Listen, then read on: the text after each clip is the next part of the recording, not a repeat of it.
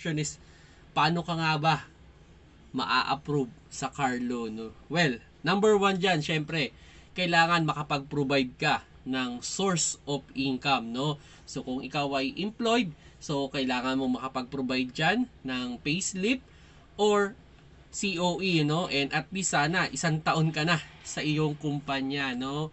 Or kung ikaw naman ay self-employed o may sariling business, sana makapag-provide ka ng ITR, ano? At least sana 1 year nang nag-ooperate yung inyong business, no? Number 2, sana meron kang o yung ini-earning mo every month is 20% lang ang mapupunta sa amortization fee. And number 3, syempre kailangan meron kang proof of billing. So, pwedeng mga Meralco yan, internet bill, no, yung mga credit card bill,